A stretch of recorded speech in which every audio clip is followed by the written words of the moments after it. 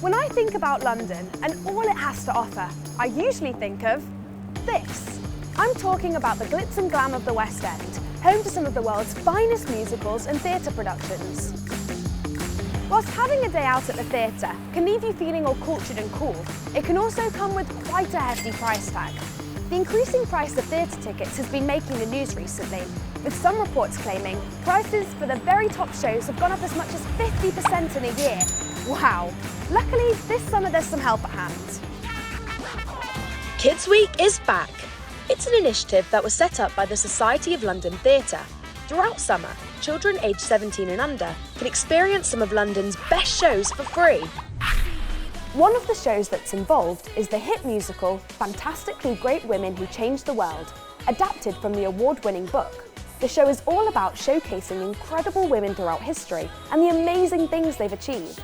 I'm on my way to the Other Palace Theatre to speak with the author of Fantastically Great Women Who Changed the World, Kate Pankhurst. Now you might be wondering why that name sounds so familiar. It's because she's actually a descendant of Emmeline Pankhurst, one of the most influential figures in the suffragette movement, who fought for women's right to vote more than 100 years ago.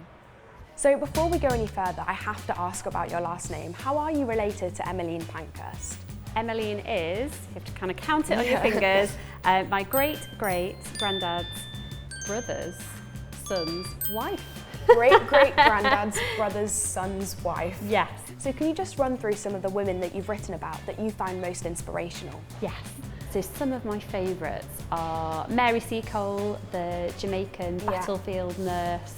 Marie Curie, the female scientist who won not one but 2 Nobel Prizes. Mary Anning, paleontologist, dug up dinosaur skeletons in Lyme Regis, and she studied them and learnt all about these prehistoric creatures.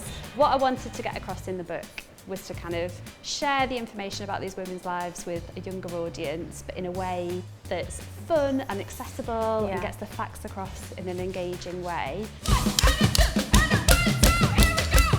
As an author, what's it like to see the book that you wrote go from the page to the stage? To have the book adapted by such a talented team of women have made this show.